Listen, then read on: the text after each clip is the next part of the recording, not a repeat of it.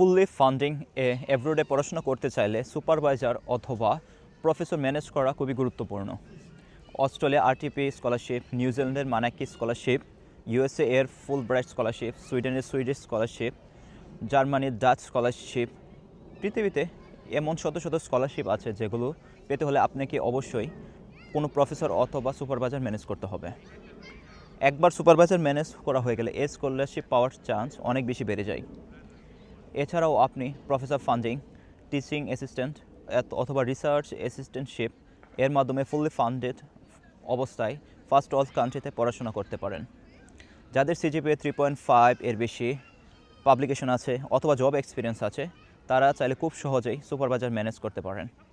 এর জন্য সঠিক guideline, university selection, professor selection, SOP ইত্যাদি প্রয়োজন হয়।